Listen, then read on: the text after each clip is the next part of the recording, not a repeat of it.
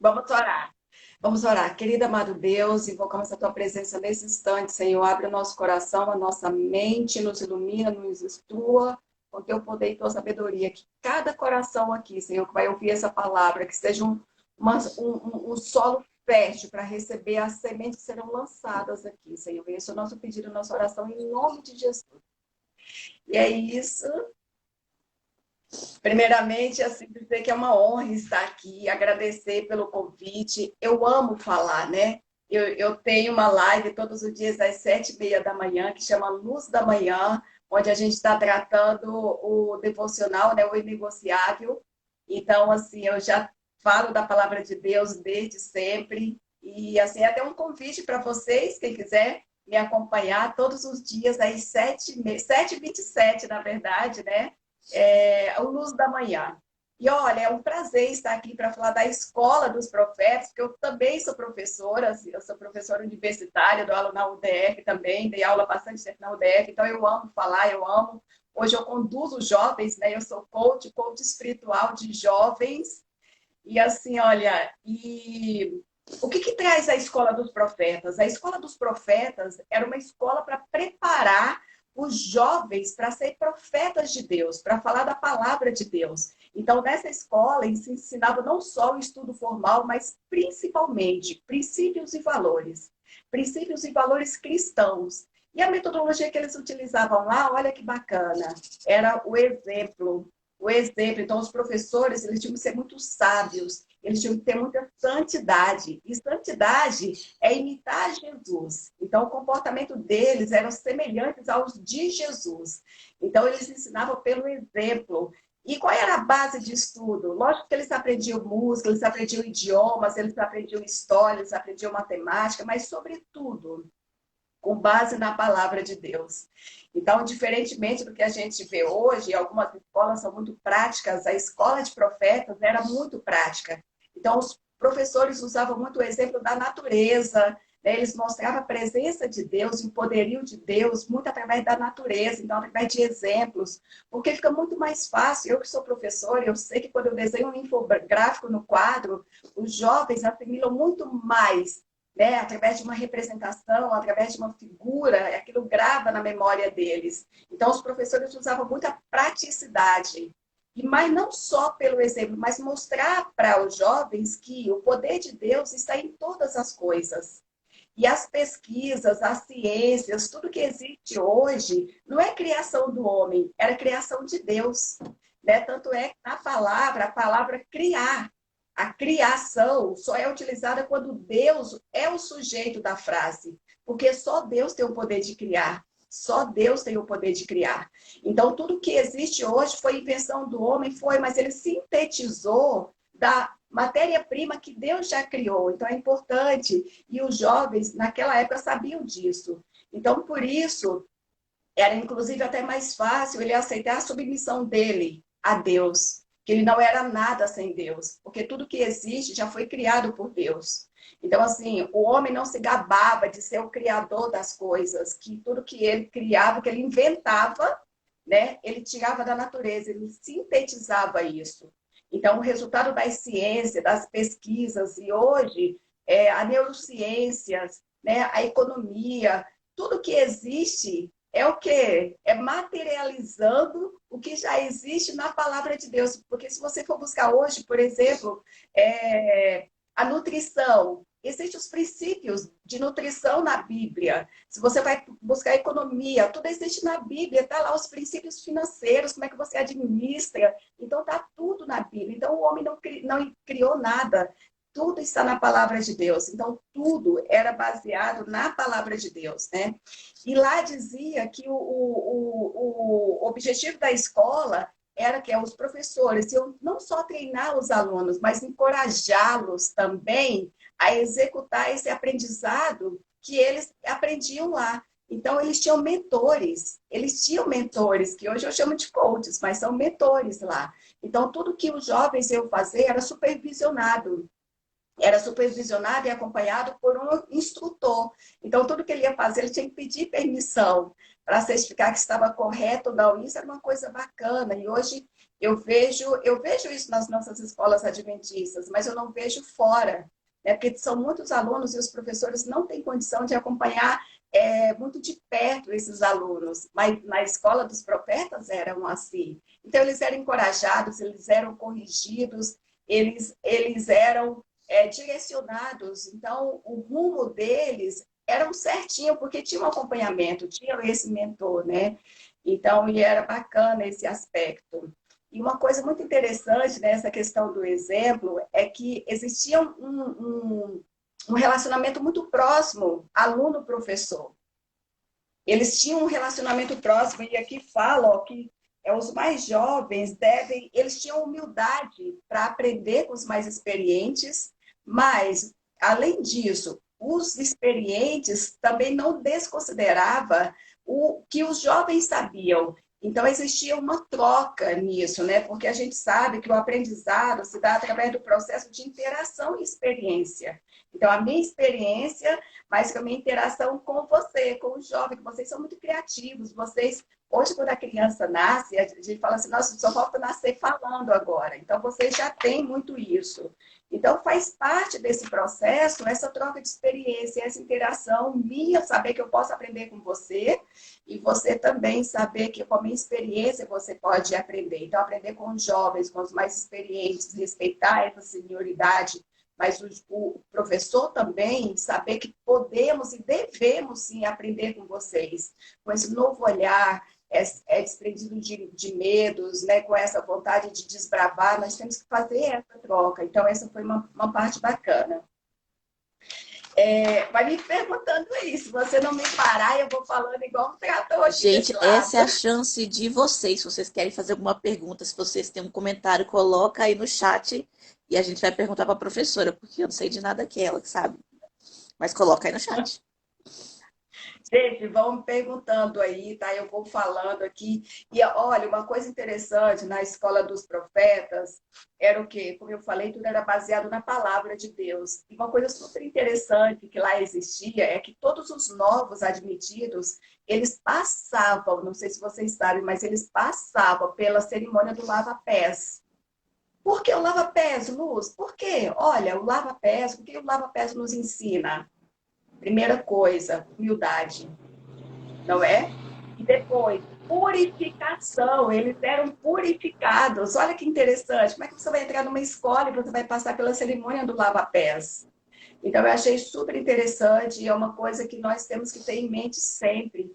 Quando a gente fala de santidade, a gente está falando de imitar Jesus. Então, e principalmente na questão da humildade, na questão de você saber que você está aqui por um propósito, você tem um chamado, e esse seu chamado é o quê? É amar o próximo como a si mesmo. E amar o próximo é servir ao outro. Por isso, lava-pés, entende? Então, por isso, lava-pés. Então, assim, era uma escola realmente de sabedoria, onde a sabedoria era muito valorizada, muito valorizada. Então, os profetas, eles eram pessoas muito sábias, realmente, muito sábias. Então, e olha, que lição grande, né, de humildade que a gente recebia logo ao entrar nessa escola. Então, é isso. E aí, com relação aos jovens, o que que nós podemos trazer dessa lição? O que que nós vamos extrair? O que que eu extraio, o que eu quero contribuir na vida de vocês aqui hoje? É em cima do Salmo 119. Então, na leitura do capítulo 58, ele cita o Salmo 119, né? E o Salmo 119 tem uma pergunta que é o seguinte: como pode um jovem se manter puro no seu caminho? Essa é a grande pergunta. Como um jovem pode se manter puro o seu caminho? E a resposta é o próprio Salmo 119, né? Ele fala o quê? Observando o seu caminho segundo a palavra. Então, como é que você vai se manter puro? Buscando a palavra, gastando tempo na palavra, lendo a palavra e fala assim, ó, a Bíblia é o caminho seguro que indica as setas para o caminho da santidade. O caminho da santificação, o caminho de ser parecido com Deus,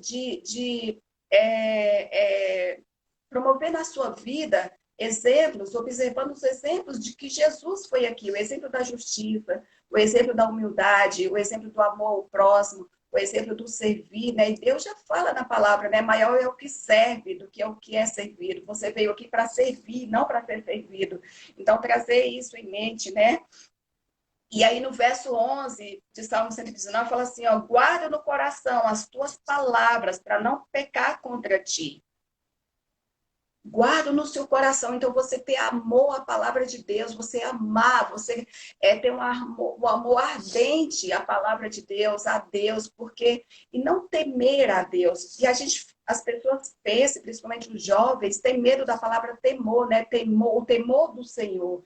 E o temor aqui não é no sentido de medo. O temor aqui é no sentido de você não querer entristecer o coração de Jesus. Assim como Eu Davi, né? acho Quando também Davi até uma consciência de Deus, porque eu não sei se você sente isso, mas na juventude de hoje a gente tem muito esse problema, que nós somos todos deuses. Com a teve. pós-modernidade, a gente tentou diminuir Deus ao nosso nível, tanto que a gente atribui sentimentos humanos, que deve ter aquela frase, Deus está com inveja de mim, todos esses tipos de coisas que não existem. Então, o Sim, temor também, pelo menos na minha opinião, é ter sempre a noção de quem é Deus e quem sou eu. Porque Deus é gigantescamente superior a mim. isso. Então, mas ele também é amor. Então, quando você pega ele, que ele é gigante, mas ele me ama. Então, tem essa noção bem saudável de, tipo, ele tá lá em cima, eu tô aqui embaixo. Isso. E Deus quer fazer grandes obras por meio de você. Deus quer que nós sejamos grandes. E Ele fala na palavra, né? Ele quer realizar através de você grandes obras. Por quê? Ele quer que você sonhe grande. Ele não quer que você sonhe pequeno. Porque se você sonhar pequeno, você não precisa do poder de Deus para realizar o seu sonho. Ele quer realmente que você sonhe grande. Ele fala na palavra que os sonhos que ele tem para você são muito maiores do que você pode pensar. O que ele vê para você é muito maior do que você pode ver. Então, o que, que Deus pede para você? Pense grande mesmo. Aspire coisas grandes. Para quê? Para você depender de mim.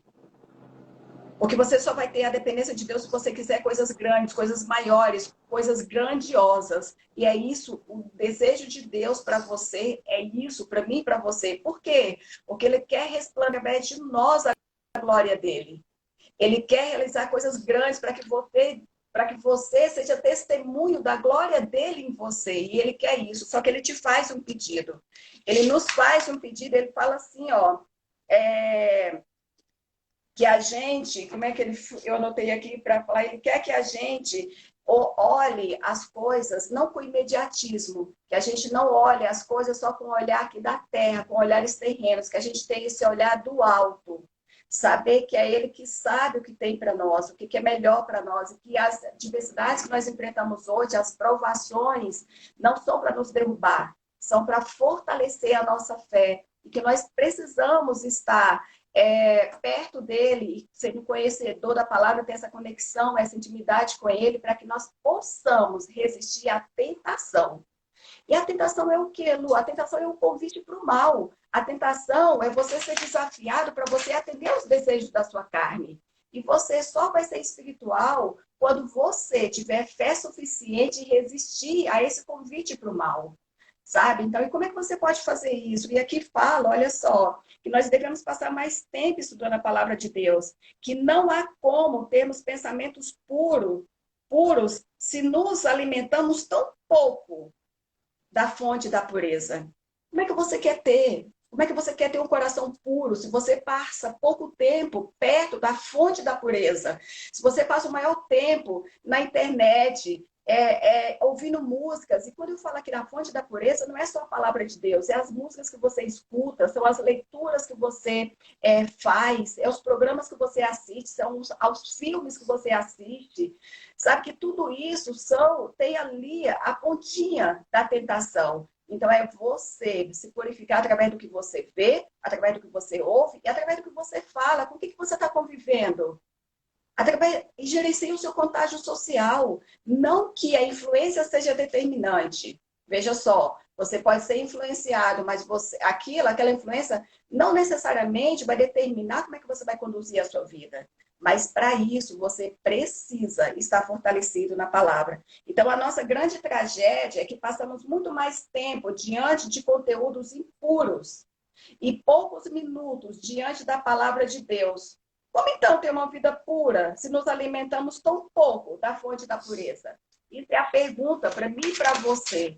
Então, tem pessoas que falam assim, Lu, mas eu não consigo sentir a presença de Deus, eu não consigo ouvir a palavra de Deus, Deus não responde às minhas orações. Mas como? Como que você vai estar sensível a ouvir a resposta de Deus para você, ouvir a condução de Deus na sua vida, se você não tem essa conexão com Ele? Quanto tempo você passa com Deus hoje, sinceramente? É 5 minutos? E eu tenho certeza, todos os jovens que eu atendo, a primeira coisa que eu pergunto para ele é, a primeira coisa que ele aprende aqui comigo é, todos os dias, a primeira coisa que vai fazer na vida dele, ela é pelo menos o provérbio do dia.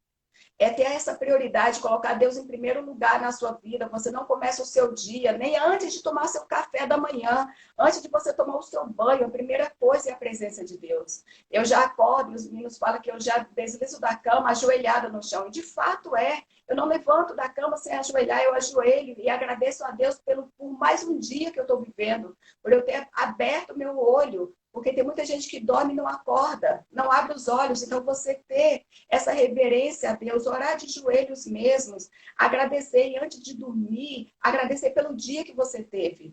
E aí, uma reflexão que eu faço para os jovens é sempre assim: se você acordasse no outro dia, só com o que você agradeceu ontem, com o que você amanheceria? Entende? Então, você repousar o seu olhar na gratidão sempre e agradecer a Deus o dia que você viveu e você não tem noção dos livramentos que Deus te fez. Ele colocou ao seu lado um anjo da guarda, então você não tem noção dos livramentos que Deus te fez. Então, ao dormir, ajoelhe aqui, a gente tem nós ajoelhamos, nós oramos, nós quatro, de joelhos, de mãos dadas, agradecendo a Deus pelo dia. E acordamos de manhã orando a Deus, entregando o nosso dia a Deus, a Jesus. Então, deixa eu te falar uma coisa, quando você muda os seus hábitos, quando você muda e coloca Deus na sua primeira prioridade, prioridade é inegociável. Essa prioridade ela é inegociável na sua vida. Coloque Deus na primeira hora do dia, que seu dia vai ser transformado. Na primeira semana, você já vai sentir uma transformação enorme, sentir segurança ao sair de casa, saber que você já buscou a bênção de Deus, você já buscou a presença de Deus na sua vida, sabe? E quando você vai dormir em segurança também. Gente, eu deito na minha cama após a oração dos meus filhos, eu deito e durmo. Meu marido falou assim, meu Deus, você coloca o travesseiro na cama e já dorme. De fato, por quê? Porque eu busco a presença de Deus. Eu não durmo com nenhuma preocupação, sabe por quê? A cada dia a sua preocupação. Cada dia a sua preocupação. Eu trato jovens com ansiedade, porque quer plantar no futuro. Você não colhe nada no futuro, você só colhe no presente. Você não colhe no passado, se desprenda da sua depressão, para de se conectar com a depressão. Então, você não colhe mais nada no passado, tudo que você fez lá de errado, esquece. Você pode escrever uma nova história hoje na sua vida, mas se desprende do passado, vai para Deus, ajoelhe a Deus, peça, demonstre arrependimento, peça perdão a Jesus, que Ele vai apagar. Como diz em Malaquias 7, 18 e 19, Deus vai te perdoar tantas vezes forem necessárias. Ele tem o poder de jogar no fundo do mar todo o pecado que você cometeu até ontem. Então, hoje você pode começar uma nova história com Deus. Hoje. Tá? Então, assim, olha, aprende a não viver de passado e nem a viver de futuro. Não que você não tenha visão positiva de futuro, você vai ter. Mas você vai estar aqui no hoje, tendo esperança de dias melhores. Mas não vivendo no futuro para ter ansiedade e nem vivendo de passado, se culpando, se tendo remorso dos erros que você cometeu, para você viver em depressão, entende? E é Deus que te dá esse poder. É o poder do Espírito Santo, tá? Que te dá isso. Então, ao se referir ao poder da Bíblia, o sábio diz assim, ó, sobre os pensamentos impuros, ele diz: vá para a palavra. É a palavra de Deus, é a Bíblia que vai te afastar do pecado. E ele fala assim, ó, ou este livro me afasta do pecado, ou o pecado me afasta desse livro. Então, o que vai te afastar do pecado é a Bíblia. Vai para a Bíblia. Ou este livro me afasta do pecado, ou o pecado me afasta desse livro. Então, vai para a palavra. E você só vai ter noção que você está errando quando você está próximo de Deus, porque é Deus que revela a sua impureza. Quanto mais perto de Deus eu estou, mais impuro eu me sinto. Porque a santidade de Deus é imensa e é Ele que revela onde nós estamos errando. Presta atenção, quanto mais perto de Deus eu estou, mais impuro eu me sinto. Quanto mais longe de Deus eu estou, mais puro eu me sinto. Você deixa de errar, de enxergar suas falhas. Presta atenção. Então, presta atenção, a Bíblia é o seu espelho. Quando você está conectado com a Bíblia, você vai enxergar os seus erros. Ele mostra onde é que você está falhando. Então, pelo amor de Deus, passe tempo na leitura da palavra. É por meio da Bíblia e do livro da natureza que podemos conhecer a Deus. Quando lemos as inúmeras histórias na Bíblia, vemos o temor ao Senhor, que é o medo de entristecer o coração de Deus e fé nas promessas. Não tem como você não ter fé em Deus quando você olha aquelas histórias. E o que eu ensino para as pessoas que eu atendo, substitua seu nome em cada história daquela. Onde tem José, coloca lá Elisama, coloca Luzinete, coloca Sara. Onde tem Ezequias, coloca Luzinete, coloca Luísa, coloca Luiz Eduardo. E você vai sentir o poder de Deus, você vai sentir que aquela promessa é para você também. Entende? Então é isso. Nossa fé em Deus não se manifesta em ambientes tranquilos, momentos tranquilos dentro da igreja, mas é no meio das adversidades que ela é amadurecida. As provações que você passa, a sua fé vai ser fortalecida em meio das suas provações, dos seus desafios. Não é dentro da igreja que sua fé vai ser fortalecida. É também porque você está em convívio com pessoas que estão buscando a mesma coisa que você. Então, imagine a igreja, ela é o quê? Ela é aquela fogueira que ali a gente coloca um monte de carvão, o carvão está preto, e quando ele está junto com as outras brasas acesas, ela se acende também. Quando você tira aquela brasa do meio daquelas, o que acontece? Ela volta a ser carvão. Então, você precisa dessa comunhão dos irmãos, você precisa estar dentro da igreja, mas não é a religião que vai mudar você. Não é a religião, não é a igreja que muda você. Ela fortalece uma coisa que você já está desenvolvendo antes. E não confunda espiritualidade com religião. Porque você pode estar dentro da religião e não ter espiritualidade. A sua espiritualidade existe independentemente de igreja, independentemente de religião. Então, cultive a sua espiritualidade. Por isso que o meu coach é espiritual, porque eu te ensino a desenvolver a sua espiritualidade. Porque a espiritualidade nunca sai de você. A religião e a igreja, sim. Espiritualidade Entendeu? seria mais uma vida bem vivida, né?